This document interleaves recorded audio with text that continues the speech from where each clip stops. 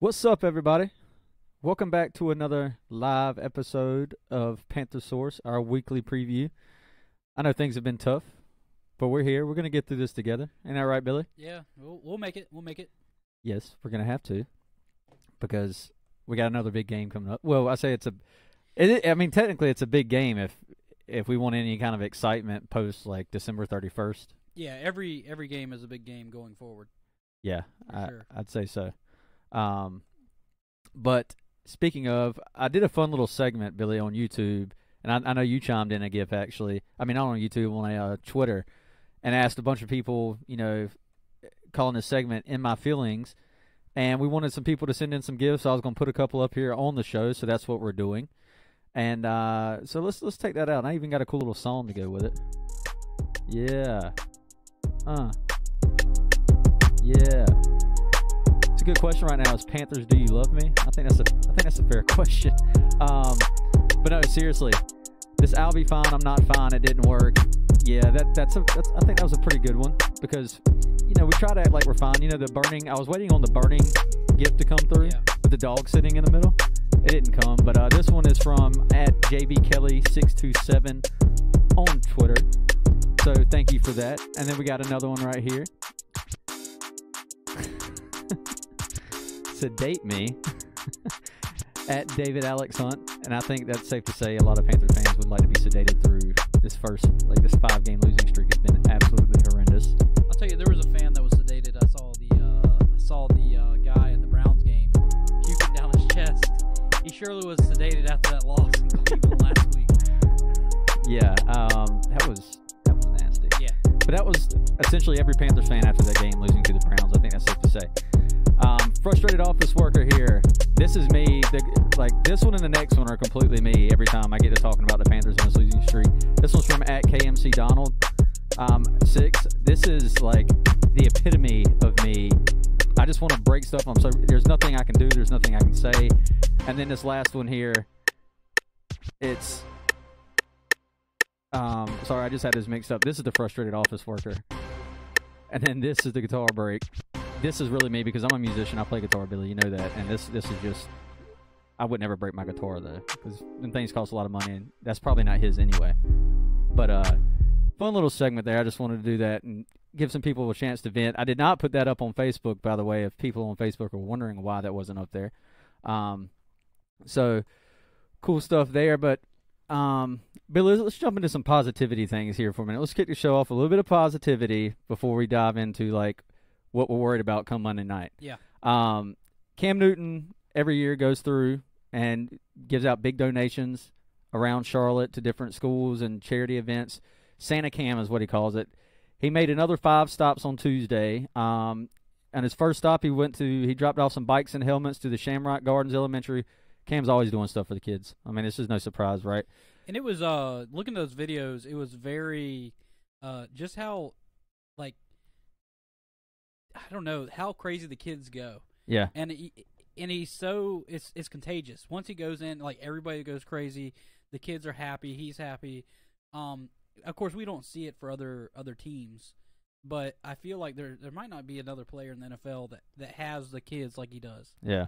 This is what Cam's always done. He's always attracted to the kids. And that sounded really bad, but that's not. But that's always been what he wants to do. He wants to help, raise the youth and underprivileged kids and stuff like that. Great cause for him.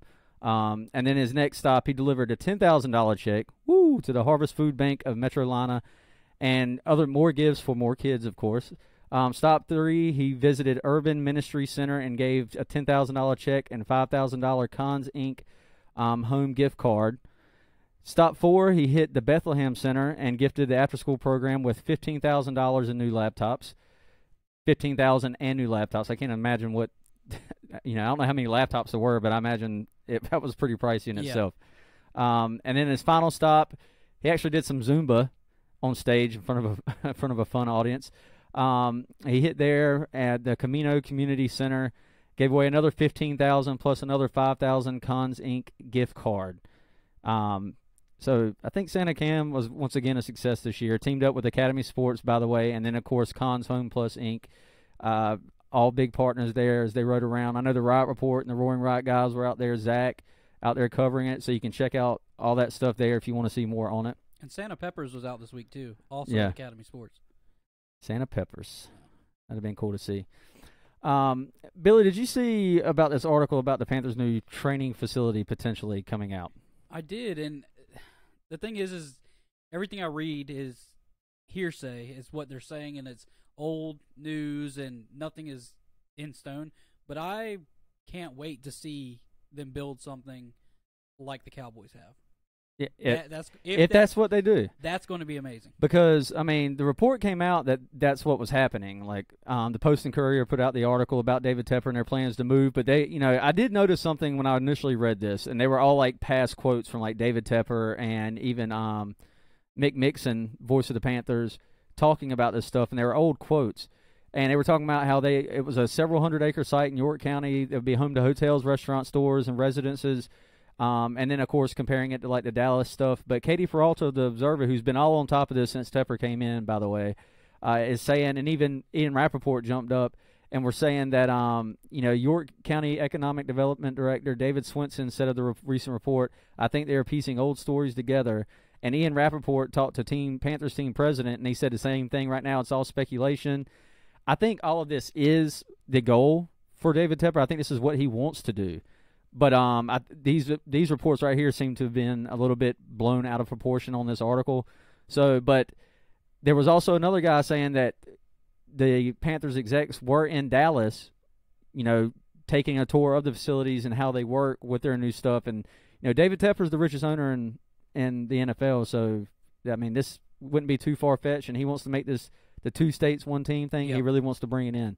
So that would be really cool. And the report also said something, for what you want to take it as you will, but it also said something about there was no word on Wofford being, switched out. But me and you have talked about it. I feel like that's going to be one of the first things to go once they get that facility. There's no way if you build a practice facility like that, mm-hmm. that you're going to go train at a college. No, like of that size. Yeah. When you have the fans that come to the training camp, mm-hmm. there's no way you're gonna bring money to that new stadium practice area with the hotels and with the restaurants. You're gonna there's no way they're at Wofford. No, when that's built. No, especially if you're going to do that. Not to mention that the whole ties to Wofford is with Jerry Richardson. We've talked about that in the past when David Tepper was announced as the owner. So I think that would definitely be in the rear view if something like that were to get built. But this isn't as big as and extravagant as this would be. That's not going to happen before next season. I mean, I think, there has been talks about maybe a bubble being put over the practice facilities in Charlotte downtown or something of that nature so they can practice inside. But, I think that's about what you'll see over the next year. But jumping into this preview, Billy, the Panthers' last 5 games have been the most frustrating, we've talked about it before. It really just kind of leaves you speechless because they've been right there in all of them. The last 2, especially to the Bucs and the Browns, games they shouldn't have lost. Yes. We say that, but they've lost 5 games in a row. When can we stop saying you shouldn't have lost this game, you shouldn't have lost that game? I mean, with what's left, next week. You're right. You're right. I mean, we lose to the Saints, it's gonna be like, okay, well, we should have saw this coming, right? Yeah, that's. This streak and having to play the Saints, and of course the Saints are showing in the past couple weeks that they're beatable. Yeah, and they've slowed down a little bit. Mm. Can we scheme like the Cowboys did? Yep. Maybe our defense has to show up. Yeah, I was gonna say you're talking about the Cowboys defense the way they're playing right now versus the way the Panthers are playing right now, and that's quite a big difference. Oh yeah, definitely. Sorry, I'm trying to jump back and forth between y'all's chats here. Panthers right now are 2-6 in games decided by 7 or fewer points. They were 7-1 in such games last year. They're 13-14 since 2016. I was looking up that stat earlier this week, and that's including playoffs. 4 of those last 4 losses, of course, have come, during this losing streak, or 5 really, I guess. 4 of one-score games, but that's really, I think that's been the most frustrating. This is like, everybody's pissed off at coaches, trying to find somebody to blame. But the fact of the matter is, we've been in all these games, and they have been ugly, mismanaged, discipline, penalties, and stuff that have killed each and one of these, and even plays and players at times that combine missed kicks have cost us a few games. But that's the thing that's like so frustrating is you're right there in it, and at the end you can't find a way to do it, and you cost yourself. And I think it's not like we're going out here and getting blown out. I mean, if we were getting blown out, we sit here and saying like, yeah, we really we know we suck. And we talk about who to get the blame. Is it the coaches? Is it the players? This week we saw some finger pointing, and mostly from Rivera. Yeah. In his press conference when he said that it's not sticking. Mm. So if the coaches are telling the players and coaching them correct, and they're just not taking it to the game, then it is the players. And as we said last week and the week before and the week before that and the week before that and the week before that, yeah. that sometimes it feels like they don't play through the whole game, or some of them give up. Mm-hmm. Outside of Luke, TD, right. CMC, Cam, so. I really don't even know. But the pointing the fingers to me was a really bad thing to happen this week. Yeah, well, and that's kind of that's one thing that bothers me. Like, after the game, I think it was Max Simpson tweeted something about saying how Ron Rivera stated in his post-game presser that they had been working on protecting the deep ball, not giving up deep plays, and it's just not sticking. And Rashawn Golden, the rookie safety, was quoted the tweets like with the wave emoji. Like, there's a lot of speculation that could mean loads of different things. Yeah. As in, like, hey, this is our fault, or it could have been, hey, I'm over here, like, I'm waiting. We don't know, and who knows what would happen if he was really in there. But at some point, you probably should give the young guys a try with nothing else working. Mike Adams has struggled this year after, he's an older guy, and last year he had a really good season. A lot of fans were on board to bringing him back. This year, he's struggled. I mean, Dante Jackson started out well. He struggled last week. He struggled the week before. It's all around, and I don't know. Ron pointing fingers, that's usually not something he does. He did it this week. You see the little you see the little fancy tweet, and then you delete it from Golden. Yeah. And then also, people are asking me, did I watch or listen to that presser? Mm-hmm. And the Panthers this week for that presser, they highly edited it. I don't know why. They never edit it. So when I went to go listen to it, I didn't hear that quote. Why they took it out, I don't know. I had to go somewhere else to find it. Interesting. Yeah. I didn't notice that's actually why. I try to watch them live all the time. So, So I watch it on because I usually at work. Yeah. So I catch it on YouTube about an hour later, and it was cut edited. Right. Just on his answers, and some of it was gone because the original had a lot more questions. Right. I don't know why they edited out questions for their YouTube channel. I don't know. It's all everybody. I mean, we're digging at everything now. I mean, you're on a 5-game skid. You're looking for every little bit, right? Panthers with Cam Newton under center. This is key with Cam starting because we did lose one game against Tampa with Derek Anderson when Cam was out injured. But Panthers with Cam Newton under center on Monday Night Football are 5-1. They're undefeated at home. Yes, we're playing the Saints. I know none of this past stuff matters, but we bring it up. And some more cool stats, milestones here. With 27 rushing yards against New Orleans Saints on Monday Night Football, Cam Newton can become the first quarterback in NFL history with at least 500 rushing yards in 7 seasons. It's a pretty good milestone that'd be a pretty good one for Cam. And then on top of that, Christian McCaffrey, Billy, is closing in on his first 1,000-yard season, only his second year. He needs just 74 Monday night to get it. Obviously, he has 3 games left, so you would think, barring something crazy, knock on wood, that he's going to get that. He also has 701 receiving yards. He has 3 games to have 1,000 rushing yards and 1,000 receiving yards in the same season.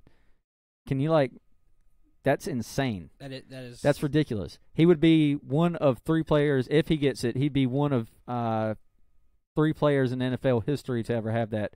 That's crazy. It is. That's insane. That's just hard to fathom. But and I'm trying to find the tweet because Panther Source retweeted it today. You want to talk about winning on Monday night. You also want to talk about when we're a 6.5 underdog.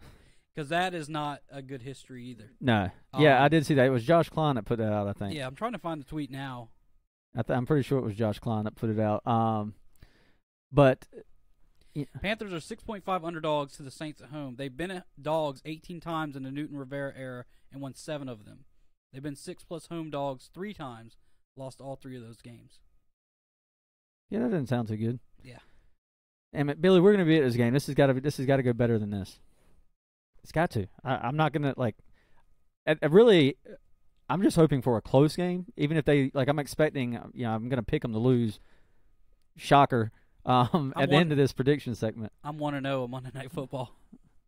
Oh, Monday Night Football. Yeah. What do you mean? We both are. We've seen one Monday Night Football game. Yeah. That's right. Yeah, so the Colts. That's right. There's the positive. Yeah, you're talking about while we're there. Yeah, and I think I'm on a pretty good streak when I go to games of winning. So let's hope that keeps up too. But another bad stat for this offense, and I think this came from the Wright report as well. The Panthers' last 2 fourth-quarter possessions, 7 possessions, 217 yards, 0 points. We talked about in the post-game show last week the third quarter thing kind of steamrolling again, that they struggled. And the defense actually has stepped up the last 2 weeks and gotten turnovers. And offense, they did get a touchdown out of one of them last week, and then they turned around and got nothing and ended up punting. Ron Rivera came out in that post-game presser, Billy, and was talking about they had lined up for a 53-yard field goal with Canton Zero, who's filling in for Graham Gano, injured, obviously. And he said that they took the delay of game penalty. They were just trying to draw him to jump so they could get some yardage, and they took the delay of game penalty on purpose to punt the ball because they were out of Canton Zero's range. But he hit a 59-yard game winner for the Bucs. Now, obviously, they're outside. They're in elements. I know it was pretty cool out there in Cleveland, but it wasn't windy by any accounts. I didn't see any reports of wind like we saw in Tampa. And I just don't know. That's questionable because look, and here's my thing: if you kick that field goal when you're down there at the goal line late in the game, where Cam's going, you're going for it on 4th and goal. You can kick the field goal to tie. You don't have to go for the touchdown to go ahead.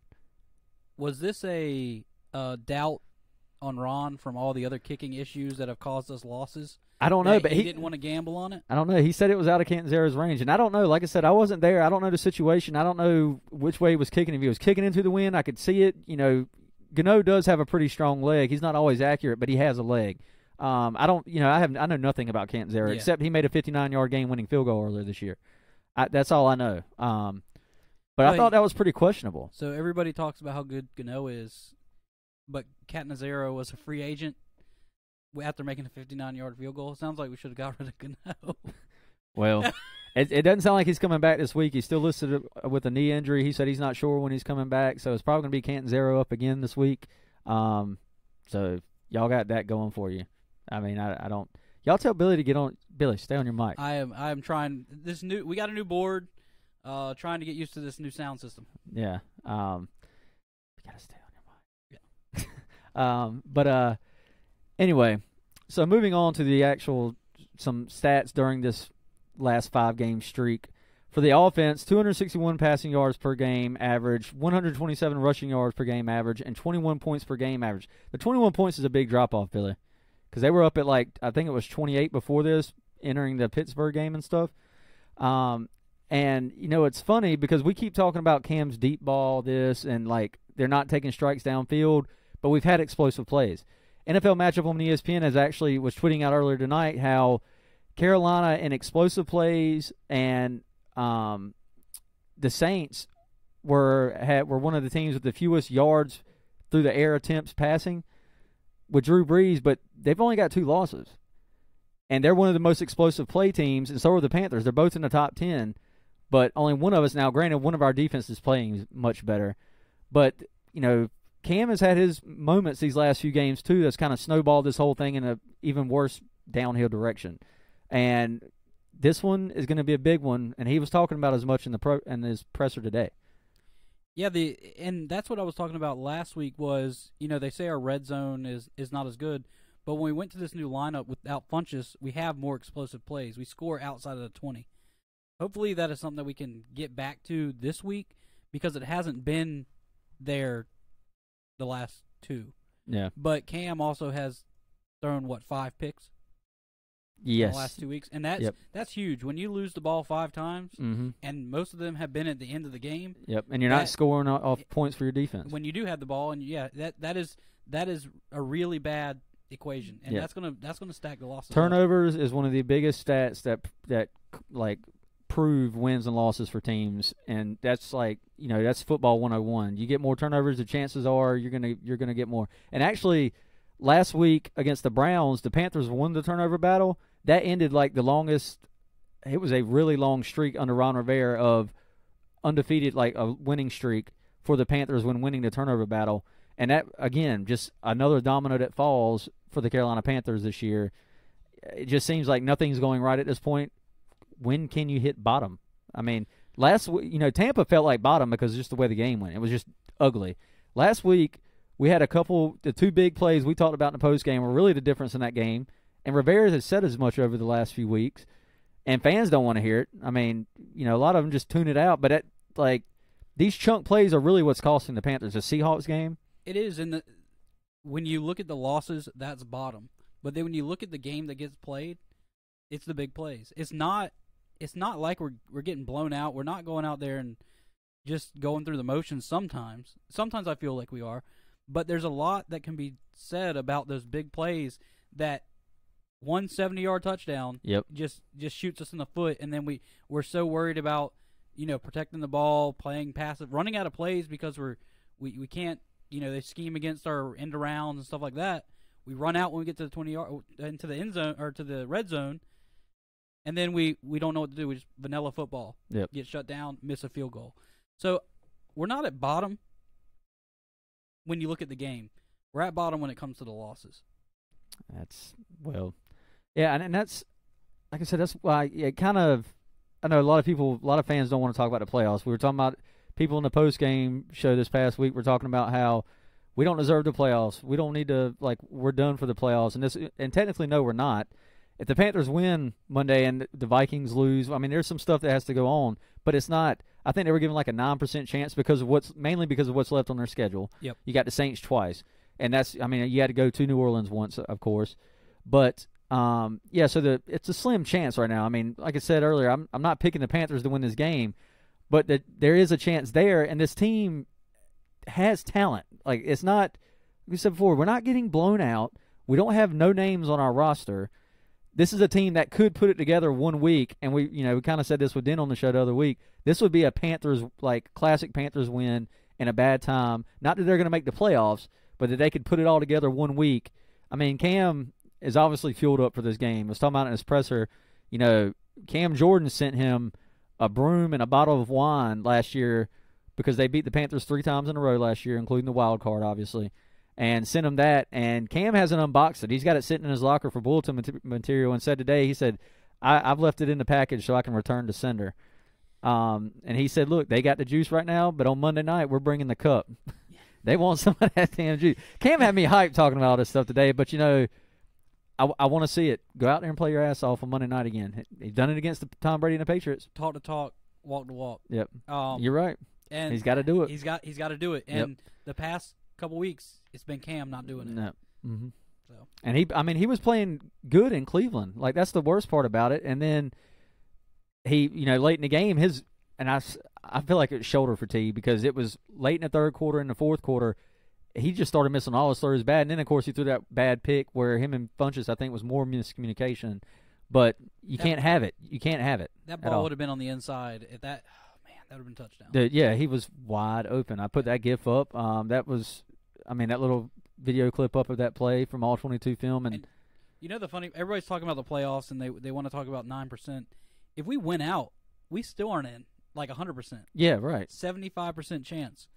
I'd rather win out and not make I would be hurt more by that than if we lose this week. And I've said it too. I'm pro trying to make not even what we say matters or what we think matters. If the Panthers have a shot at the playoffs, they're going out there to win games. These players are going out there to win games. They're still building resumes technically. They're not glued to the Carolina Panthers for the life of their contracts. They've got contracts that are going to expire, and they need to still play and perform for the next year. If there's a chance the Panthers can make the playoffs, Cam Newton's not coming out of that game. Unless obviously his arm's about to fall off. But if it's just soreness, like they're saying, yeah, he's gonna stay out there. He's gonna be playing. And I'm totally for trying to make the playoffs because I've said it before. You win and you get in. Do I think this team can make a run to the Super Bowl? No. Realistically, hell no. I don't even know I don't think they can make a run to the playoffs right now. But things happen in the NFL that are crazy. We see it every week. Hell, the Jaguars could win this week. The Dolphins could beat the Vikings in Minnesota. I mean, is that crazy? We win this week, and then we're not in the hunt. We're in as of this week. Yeah, right. You jump back up to the 6th seed for the wild card. Now, granted, you're probably going to Seattle or no, not Seattle, Chicago, but that's not ideal either. But hey, you're in there. Yeah. And like we said before, it's not going to make a huge difference in your draft picks at this point. Chances you land in the top 10 are just really not there. But, Billy, this offense, speaking of it some more, let's hit on the Saints defense a little bit. Right now, the Saints defense is looking good up front. Let's put it that way, because they have shown that they can be exposed on the back end with that secondary, especially with the new signee Eli Apple. He has definitely struggled in some games. But you're talking about Cam Jordan, Sheldon Rankins, Marcus Davenport on his defensive line. Sheldon Rankins right now is playing like one of the best defensive tackles in football. I've watched him the last couple of weeks. We've had an opportunity to, and he is playing out of his mind right now. He has 8 sacks on the year. That's tied 18th in the NFL. But the Saints are tied second for 41 total sacks right now with the Kansas City Chiefs.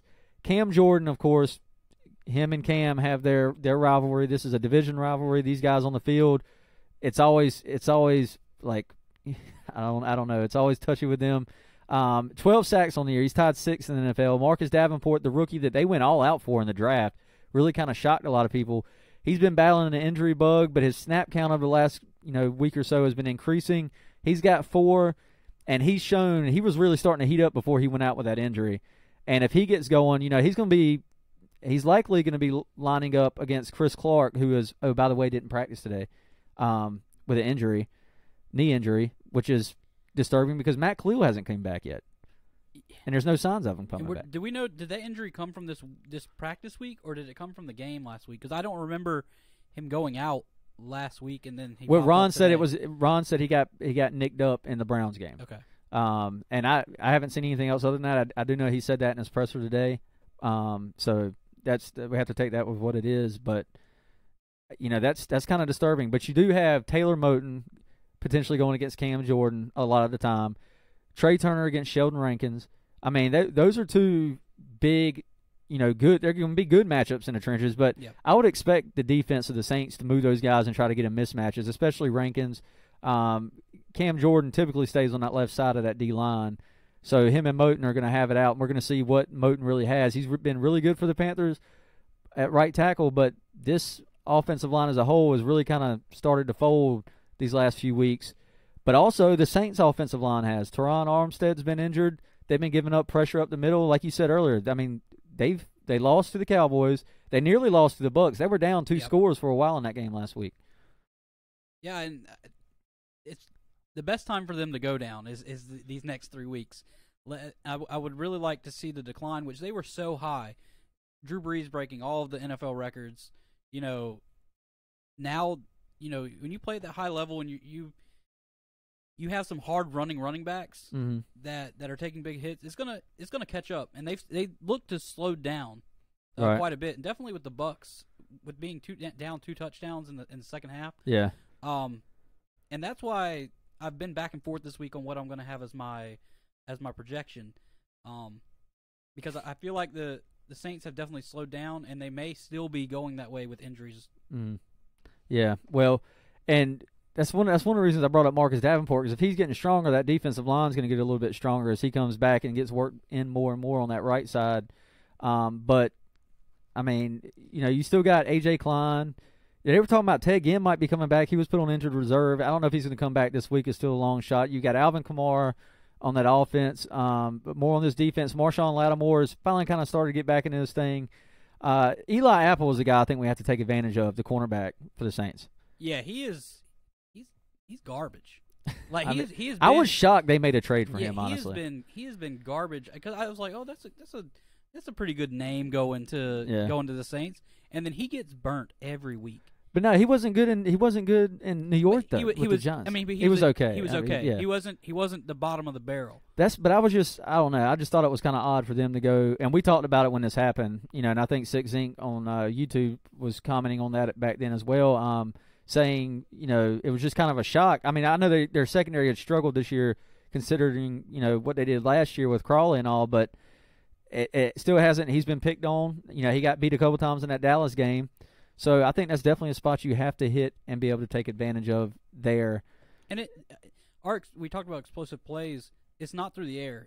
It's getting a quick yak. pass Yep. and the yak. So if we can get that ball out quick, that D-line can do what they want. Yep. But if they can't contain us on the outside, I mean, we should be fine. The Saints have the top rushing defense in the league. I think they're giving up like 75 yards a game on average. That's ridiculous, by the way. So it's going to be tough to run the ball, and obviously they have a good pass rush. That front is good. If the Panthers have the perfect offensive players to take advantage of this, getting the ball out quick, letting your playmakers make plays, and they're going to have to do that. I mean, we can go ahead and figure that Cam's not going to have a lot of time for deep passes. And when he does, the shoulder injury, we don't know what all's going there exactly, if he's going to be able to take the deep shots, but he surely hasn't been able to step up into the pocket a lot this year. He's been having to throw off that back foot with guys at his feet. So it's, I mean, there's a possibility this offense can score, but then you have to look at our defense. Drew Brees, you're talking Michael Thomas. Michael Thomas is the key to this game to me, by the way. He is the key to in my opinion, I know Alvin Kamara is a big part of this, but Michael Thomas is the only guy on that receiving squad that I'm really terribly worried about, but he's always finding ways to get open. I mean, he's a hell of a receiver, obviously. Yes. But he is always the guy that Drew is looking for in the third and mediums, third and longs. That's the guy you're going to have to shut down. Like, you got to watch out for Kamara because he can hurt you anywhere, and I expect him to do that. But you cannot let Michael Thomas get going in this game, in my opinion. And you're going to have to get to Drew Brees and try to knock him off his spot. Yeah, and that's the thing with the offense. Our offense can score. We've seen it. Can we get it back together this week? We're going to have to, like I told you earlier this week when we were talking, I said it's either going to be a blowout or it's going to be a shootout. Yep. And I'd rather see the shootout and have a chance at winning at the end than be down 3 scores in the first quarter. I mean, look, if our defense comes out there and plays great. I'm not anticipating that. Like you said, I would see, if anything, if it's close, I feel like it's going to have to be a shootout. And what was that stat you threw up? You're talking about quarterbacks who scored 40 or more points this year, or quarterbacks is not this year, over history. Oh, over history. So this is back to like Staubach and everybody. Nice. So 204 and 2. The two people with the loss scoring 40 points are Drew Brees and Aaron Rodgers. Mm-hmm. And it was a joke at Patrick Mahomes because he scored 4 times this year and has lost twice. Oh, wow. So they were throwing the joke at Patrick terrible Mahomes. defense. Yeah, terrible defense, and that it's kind of a joke because at the end of that they all laughed and then they went to commercial break.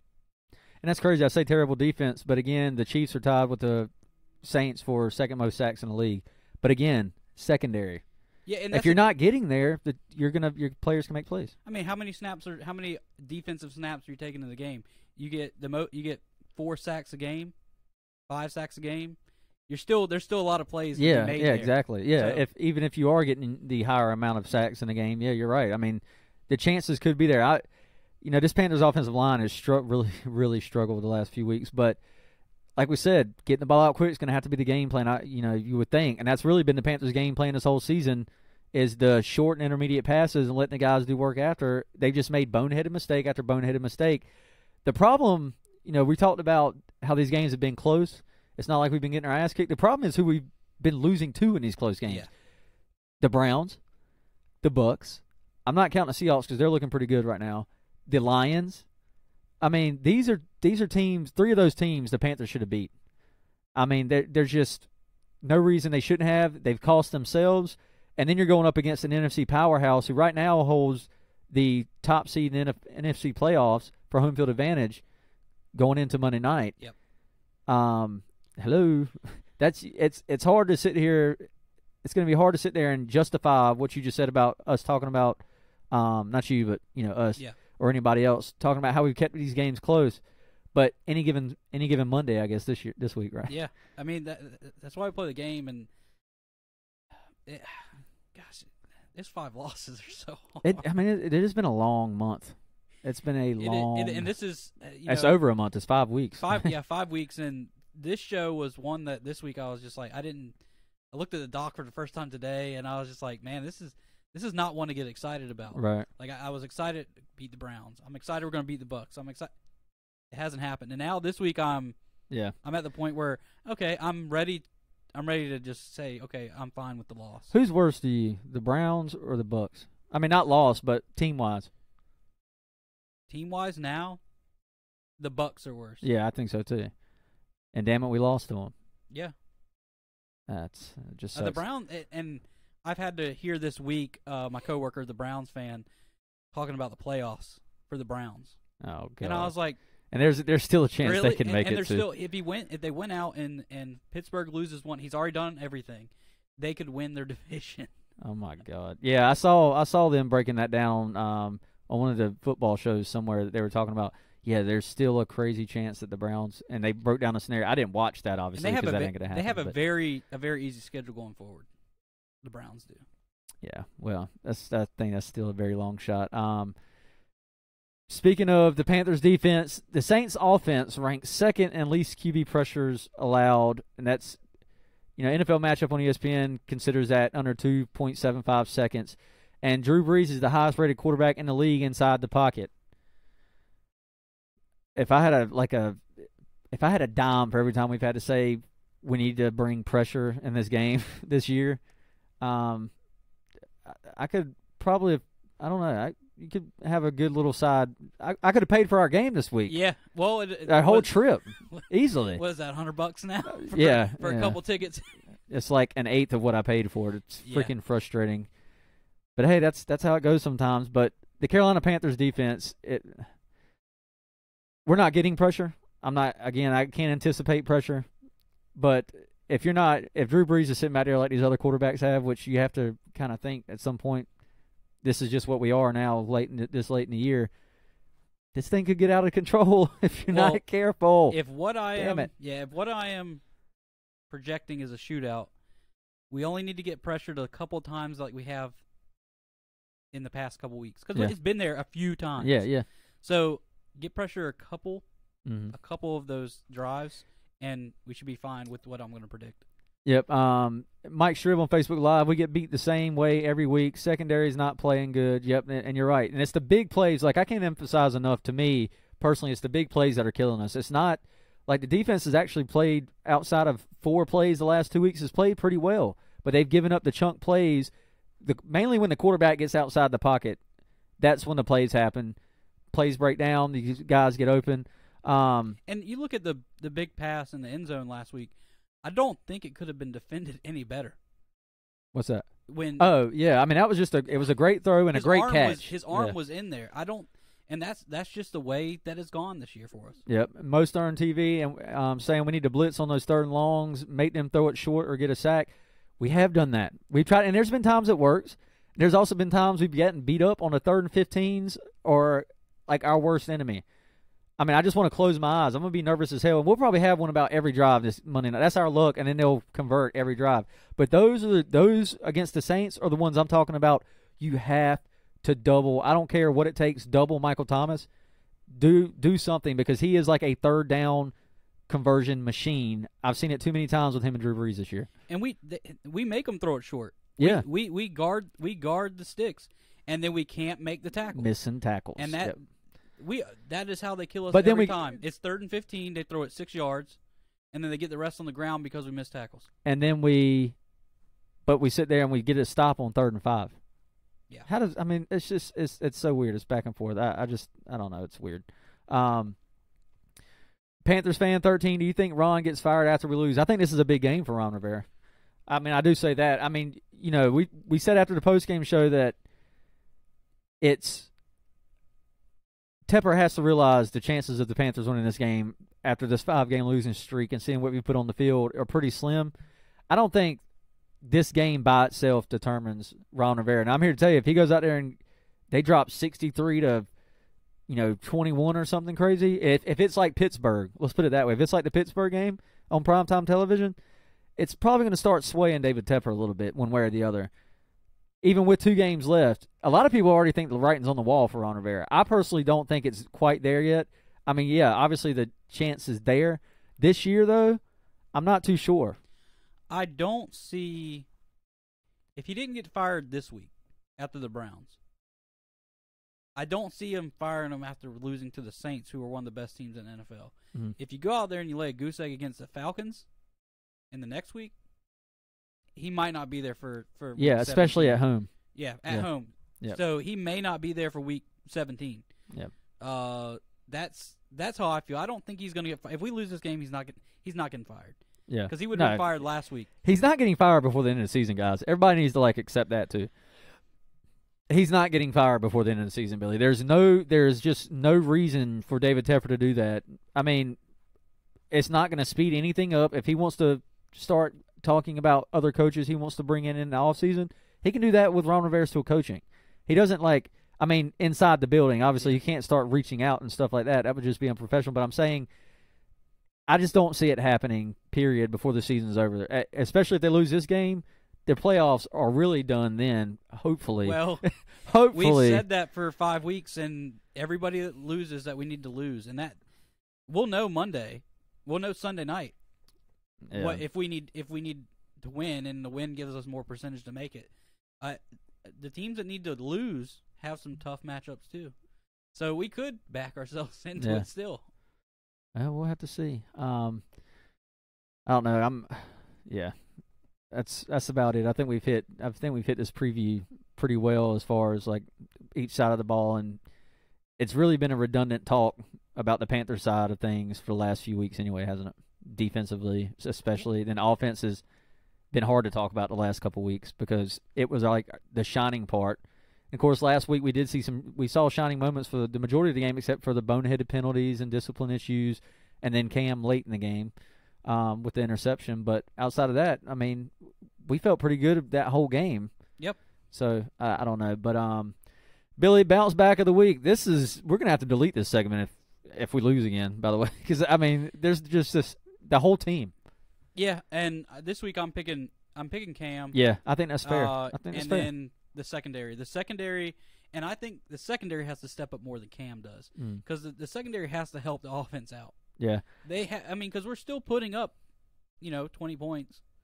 Yeah, that's a win most of the time. Yep, but not this year. And so I think the secondary has to make a couple stops and not let Drew Brees throw for 400. Yeah, I think you got to score a little. I think you got to score a little bit more than 20. But But I'm saying in these last weeks. Oh yeah. Mine is I'm going to say Cam, but mine is Dante Jackson. Because he has really struggled these last few weeks, particularly since his injury in the Seattle game. And I don't know if that's still bugging him. I haven't really seen anything on the injury report, I don't believe, and I have that pulled up right here. I didn't see him up there. Nope. And I haven't heard anything. Maybe he's just having a tough second half of the year, rookie season. But I'm going to pick him because also he played at LSU. I think he's from Louisiana. He was a big Saints and Drew Brees fan. He said today, though, he is no longer a Saints fan, obviously, and laughed about it.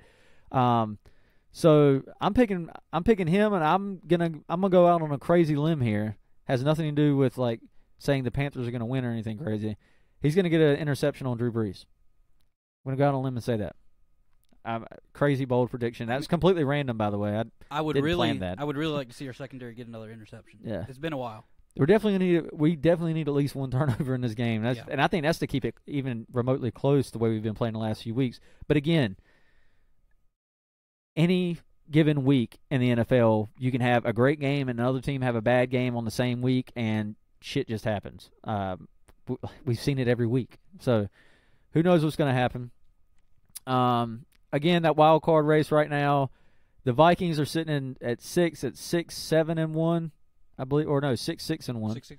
6-6-1. We're at 6-7. The Eagles are at 6-7. The Redskins are at 6-7. The Redskins, not officially, but you can about count them out. They're not probably going to win a game with their quarterback situation. Green Bay's at 5-7-1. They've got a really long shot. But if things keep falling and they keep winning, who knows what can happen there? It's just kind of wide open for the 6th spot. So, but the Panthers have to win, and technically, since they play Monday night, if the Vikings lose, they know going into Monday night's game they can take back that 6th seed for the week. So we'll have to see, Billy. But it's time for predictions, Billy. This hasn't been a fun segment the last few weeks, but y'all go ahead and drop y'all's in the comments, by the way, if you would. These are updated. These are updated records. Yes. For our picks. So you're 8-5. Yeah. And I'm 9-4. Yep. So I'm winning. I've been picking the losses. This week I'm going to say 42-38. Ooh, picking a close one. I like it. Saints. Okay. Saints are going to win 42-38. And that's where I think I think the offense comes alive on Monday night. So you think the Panthers cover the spread of 6.5? And y'all hear that, betting people? And we lose by 4. Okay. Well, I'm going to pick the Saints, but I'm not going high. I think this game just could be one of those surprises, and I'm going to say Saints. I mean, by high, I mean like 40 plus. Saints 31, Panthers 27. 4-point game. Swing. Hey, take that. And I'm really hoping for that, just because we're going to be at the game and we paid for tickets. We're having a fun trip. I'm taking a lot of my family's going to be there, so. And I've been back and forth looking at it and looking at the past weeks of the Saints, and it's either this or putting 14 up, and they're putting 40. So yeah, well, those are my two. It could go 100 different ways, but and I think we're being kind of generous right here, honestly, the way we've played the last few weeks, going against the Saints. But we know the offense can do it, and we have the explosive plays. Yes. We can get past the defensive line. We can get the quick passes out. We can make the plays if once we get the schemed ball. correctly. Yep. Yeah. But I'm sure the Saints know that too. But yes, the Saints know that. But the Saints and everybody has figured us out. They schemed against that all the reverses and all that motion. Razzle dazzle. They spy and they shut us down. Yep. Let's see. Tom Dooley, if the Panthers don't win out, Rivera will be gone. That's pretty clear with the panic bells going off. The only people panicking here are the fans. David Tepper hasn't said anything. You saw a report come out like a couple weeks ago. Yeah, he's upset with this losing streak, but there's no panic button being hit, and it's kind of like Steve. Like I'm not going to be shocked if Rivera's gone after this year. I'm just saying that it's like Steve Smith said. It's a lot for a new owner to come in with a tenured coach who's had success, has taken his team to a Super Bowl. I know it was 2015, but listen, and within his first year is already firing his first coach while he's trying to do all this other stuff and risk the little bit of stability that was left with this franchise. I just don't know. And it's mainly because of an aging defense up front has really been our issue. And at some point, we have to, take into account these players are having trouble too. It's not just this coaching staff and their game management. The players have missed plays. Like that. That's part of it. Yeah, definitely. So, and I honestly think that it's the fans. It's not the team. It's not Ron. It's not Tepper. Yeah. It is the fans. I've seen more PSLs go up for sale already. Yeah. Long-time PSL owners already selling their seats. Well, that's good, though, because a lot of these PSL owners they sell their damn tickets for resale really high. They don't go to the games. They sell them to opposing fans, and I'm sick of that shit. Speaking of, we were talking about it earlier, this game is like $35 a ticket. I don't care. Like, I know this has been a tough season, but $35 a ticket is pretty cheap. I know also it's like the holiday season. It's going to be tough for some people to spend it. But this is like one of the last chances the Panthers have at the playoffs. Whether or not they've sucked these last 5 weeks, fine. But go out there, raise some hell, have some fun, support this team. Like, don't just sit back here and play couch coach. Go out there and support this team. Get loud and try to make it an away game atmosphere for the Saints. Because I have a feeling we're probably going to see a lot of Saints fans up there just because of the way these tickets have fallen. They've dropped. And like I said, a lot of the PSL owners for the Panthers, unfortunately, just sell theirs to anybody. Yeah. And that's one thing we're trying to, that's what the Roaring Riot's doing right now. They're trying to change this culture and get Panther fans back in this and make this a home crowd again. I can't tell you what it was like. 2015 at those games was incredible, but obviously there was a good reason for it. Yeah. But there are a lot of franchises out there that have terrible franchises, and their fans are still out there in full force raising hell. So let's support the team, go out there, have some fun, try to have some fun anyway. Tailgate, go with friends. They're cheap. If you've never gone to a game, go. Patrick Widener saying he agrees. I appreciate that. And that's what I worry about this week is, and I've looked at It's a home game, but it's not. Yeah, I've looked at Game Time, the Game Time app, and Ticketmaster all this week, and there's more tickets still for sale than there has been for any other game at home this year. Still, to Friday now? Yeah, basically Friday. Right. And they're $35. We might not have a full stadium.